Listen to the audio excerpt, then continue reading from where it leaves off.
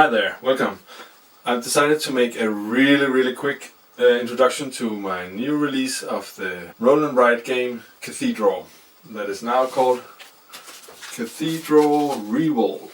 Decided to make a really quick introduction to the game because some people downloaded it as we speak and I want everybody to have the best experience possible, so I'll just try to go through the basics of playing the game. So let's jump into it. Clarify a little bit. Oops. To play the game solo, you need 6 dice and a pen and some printed materials. If you're gonna play it several players, you only need to double the amount of dice once. So you play with a total of 12 dice. And I don't have the solo sheet printed, but it will look something like this. And you have the opportunities along the game here. So the next thing you need is the player sheet. Whoops, have to turn it right. Every turn when you play, you always start by passing a time in the calendar. You do this by crossing out one space in the calendar space. You're not going to start with 6 dice, you're only going to start with 3 dice, 1 for each of the churches in the parishes around the cathedral. So whenever you roll, let's say I roll a 1, I am not allowed to re-roll once, but the rest of the dice I can re-roll all of them or keep one and re-roll the other. And you can see here the price of everything. So if I want to buy a stone, I can either roll a 4 or I can buy it for 2 gold. Okay, so let's say I'm just going to re-roll these 2. I got a glass and a clay. And I have the 1 here from the first roll. Every time I'm done rolling, I only have 1 reroll. I have to mark all my gold in my bank. Okay, by making a little circle there. Then I can play around with this. And I can look at my building chart, what can I build for a 2 and a 6. So when I look at the chart, I see up here how it's drawn on my chart. Here I see the cost, so this one cost, the grand door cost 2 wood, the grand arch cost a stone and a clay. And down here below them, there's some special rules for the construction elements. This means that it has to be touching the ground. This middle group don't have any special rules applying to them. These 3 must be built in the top 2 sections, and the sections are indicated by these lines. So the large lancet window, the small window and the roof shingles must be built within the 2nd or the 3rd section of the building grid. And lastly, the roof constructions over here must be the last element you put in a column. Back to the game, I had a 2 and a 6.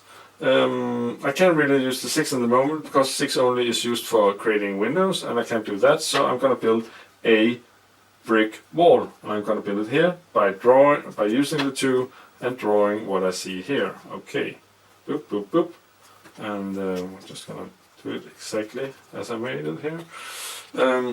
So I can't use the 6. Then 3 times in the game you have the opportunity to mark a roll in the laborers' housing over here, the banner hanging from the side. Okay, I see now that actually in the final print this graphic is not stone, it's wood, but never mind that. So this was 1 turn. I got a goal, I stored a 6 in the house, and I built a little brick wall. Okay, we continue by just crossing the next space. It's still possible for me to get the carpenter and the sawmill contract. I can't get the others here because that's later, not available at the moment. But I can also start building a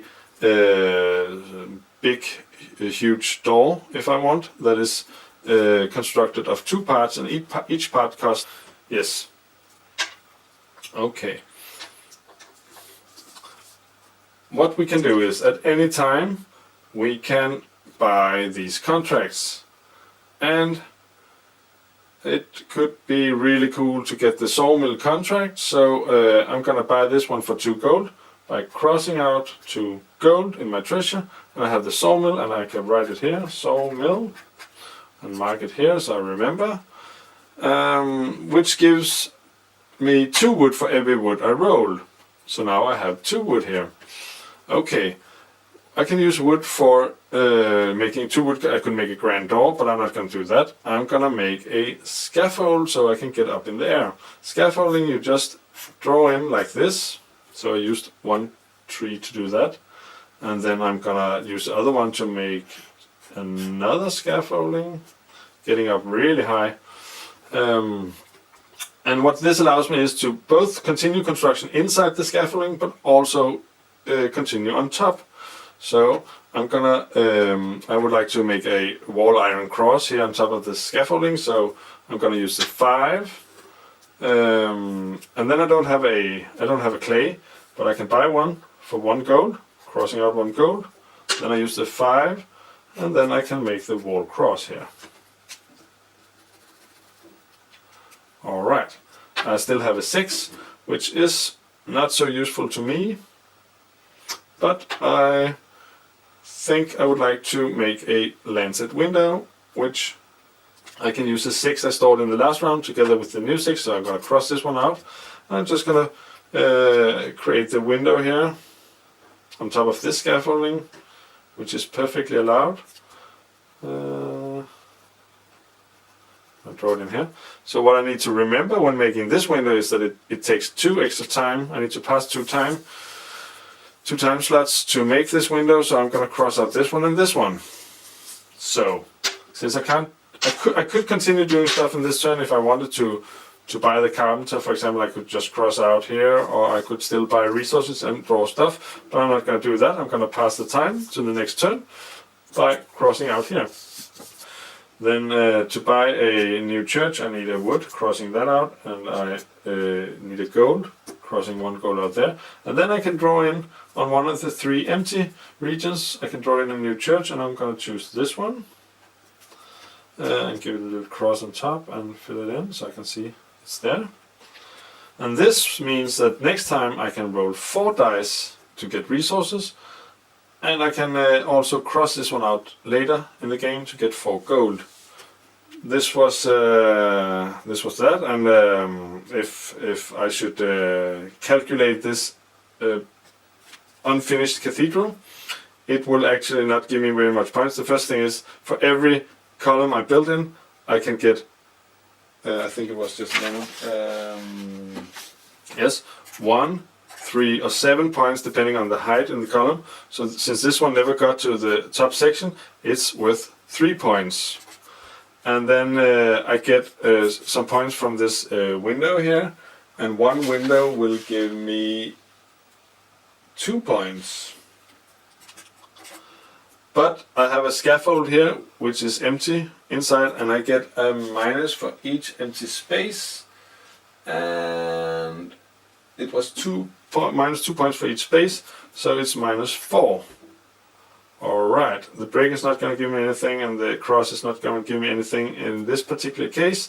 Then I'm going to look at my opportunities here. Did I make any architect plan that is going to give me extra points, or did I have any master craftsman that also gives me extra points? For example, this master mason would have given me plus 1 point for each brick wall, which would have given me a point for this one, but I didn't have the master mason, so I end with the 5 minus 1, only 1 point. This is the most terrible cathedral ever, and I hope when you play my game that you will do a little bit better.